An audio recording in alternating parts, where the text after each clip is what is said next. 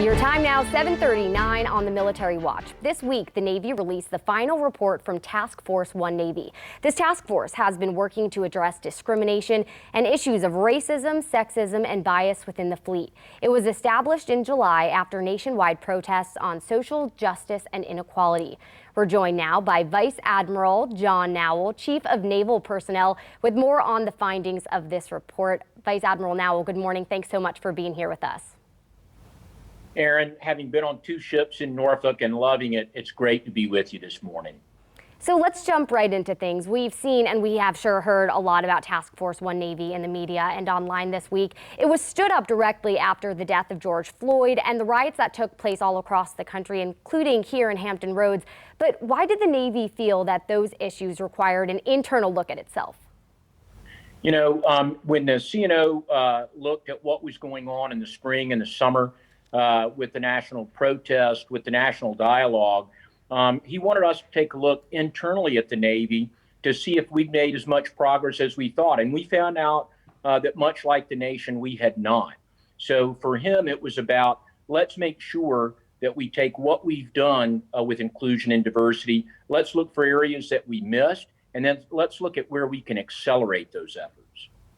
It's an extensive report that yielded a lot of results. I have it up in front of me right now. Over 141 pages outlining in detail nearly 60 recommendations. So can you tell us what some of those recommendations are that would be of interest to our sailors?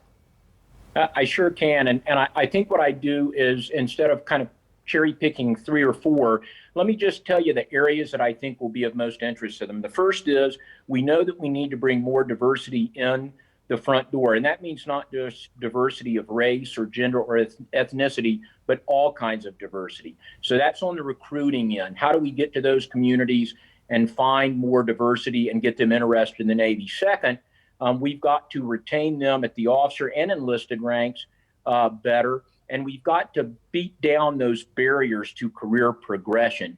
And so I think as they look at those recommendations, that's what they're going to focus on. And finally, it's really to make sure that we don't let our eye off the target as we look to get after systemic inequality. We have, I'm sure you're hearing a lot of feedback. Right now you have a captive audience. We've got an open microphone for you. I wish we could get to a lot more, but we're out of time. What else would you like to say to sailors and their families that might be watching right now and listening? Yeah, I'd like to say 2 things. First, trust that Task Force 1 Navy is an enduring effort, and this is not just a report that will go on a shelf and gather dust. So we're going to act on it. It'll be part of our culture of excellence, and you'll see much more of it. Second, most importantly, I want to say thank you to our sailors and families. They're doing great. We can never thank them enough for their service and sacrifice. And I heard you talking about COVID vaccines earlier. Please, when they have the chance, I'll ask them to get the vaccine, just like I have, my father has, my wife, the school teacher has, and my son, the nurse has. So my thanks. We can never say thank you enough to our Navy families. And your Navy is doing a great job out there every day. Vice Admiral Naval, thank you so much for being here with us this morning and speaking to those sailors. We will have a full story and a full report on Task Force 1 Navy at WTKR.com.